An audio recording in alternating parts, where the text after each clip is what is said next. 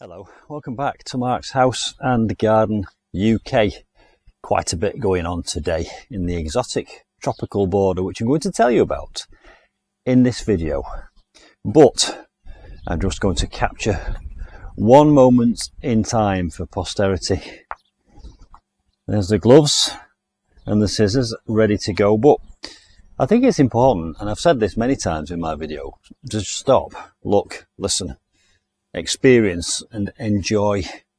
So I am going to tell you what I'm about to do in the exotic tropical border, because there's quite a lot to do in a video later on this afternoon. But for now, I want to be a bit more mindful once again and just look at things. Incidentally, that's an old French lavender. This is a case, this is a perfect case study of what happens when you don't prune a lavender. It dies away in the middle and grows from the surface from the end there, but that's not a problem because I've kept that. I'm going to take cuttings from the top of these branches and I'll have 5 new plants from that one. I actually bought that for a table decoration and then just put it to one side and sort of discarded it. So anyway, tetrapanax doing really well. Bananas doing really well over there at the back. The mirror, as you've seen before. Colocasia, pink china, started with 1, and we have 1, 2, 3, 4, 5, 6, 7, 8, 9. There's 9. This is the case in point, really, that later today I'm going to be thinning this border. You've got to roll the tape forward sometimes. With enthusiasm, when you plant out a border, it's quite easy to put too much in. And then you realise that as things get established, you have put too much in and you've got to start thinking about what can stay and what has to go. And I've got 1 or 2 potential problems lurking on the horizon here. Because whilst it looks quite bare at the moment, it's not going to look bare for very much longer because there's too many plants in here. So what's going to happen today is that trachycarpus over there is being taken out and is being moved and relocated to another part of the garden. That fern will go with it. That little fern there, which was a hospital case, which was almost dead, is coming back to life. Lots of little fronds in the bottom of there. So that is going in that direction, into the fernery. I'm going to go in the fernery in a moment and tell you about some of the things I've got to do in there. This one here, tetrapanax. It's a wonderful plant. As you've already seen, I've got a wonderful one here. But that is a beast of a plant. It's already made a pup down here. Can you see there? That's travelled from there. So this is coming out today. I'm hoping to be able to get 2 plants out of there. Can you see it's got 2 trunks? So the tetrapanax is going to be taken out and hopefully I'll be able to divide it down the middle. And again, that is going in the same direction as the trachycarpus, which is basically over near the wildlife pond.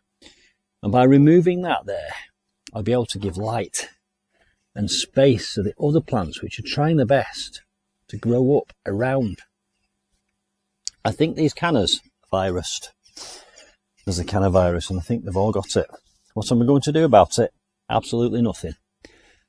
My approach to canna virus will be leave them in situ. They'll either die off or get stronger. It's up to them. So the tetrapanax is coming out. The fatsia japonica there, right plant, wrong place, but I've got an idea for it. I'm going to raise the canopy for it. I'm going to take all the leaves off the bottom up to about here, so that all this is opened up to the light, because down there is a colocasia, esculenta, that survived the winter. They're not supposed to be hardy. That needs space and light. So if I open up and lift the canopy on this, that's your japonica. Now when I move the Trachycarpus fortunei from there and that palm, I'll have a space, and that tree fern there is going to go in that space. So that will open up a lot of space here, in which we've just planted a mahonia. And you see down there. But the mahonia's not got a chance with all this going on around it. So that's the plan. Now, I did say that this video was going to be a bit more mindful, so I want to take you into the fernery and just have a look at some of the leaf structure on those ferns. But the other thing I'm going to do today is I'm going to take a very brave step. Last week I removed a tree fern from here, and I noticed that after only 6 to 9 months on the ground it had put down some lovely roots, and that's been moved over to my wildlife pond. This one here, this beast of a tree fern, which is 8 or 9 foot tall, has always been supported by this stake. And you see, it's tied with a rope to it. But when I try and move it, I can feel now that it's got roots. So I'm now debating in my mind whether to now at this stage dispense with the supports on my tree ferns. You can see this one here has also got a brace, as has this one. So I think the time has now come. These have been in the ground now, or on the ground, for nearly 2 years. I'm sure they've got enough roots now to support themselves. Right, so that's the plan of attack for today. Thinning out the exotic tropical border, moving quite a few plants around. Now let's have a look at these ferns. Planted this 18 months ago. And as you dot little plants around. And they look nice and pretty when you first put them in. But this is what you want eventually. You want your fernery to look like this. Just look at this. It's densely packed with ferns. I love these. I can't even name them. I bought a selection pack of ferns. I think there were 12 different ones. I think it was from B&Q. But just look how well they've done there now. Packed. Again, on this side, the same is true. Of course, we've got the hostas here. Empress Wu hosta and Jurassic Park hosta. These are supposed to be slug and snail resistant, but look at this one. And there's always one exception that proves the rule. Look at that. Something's been eating that.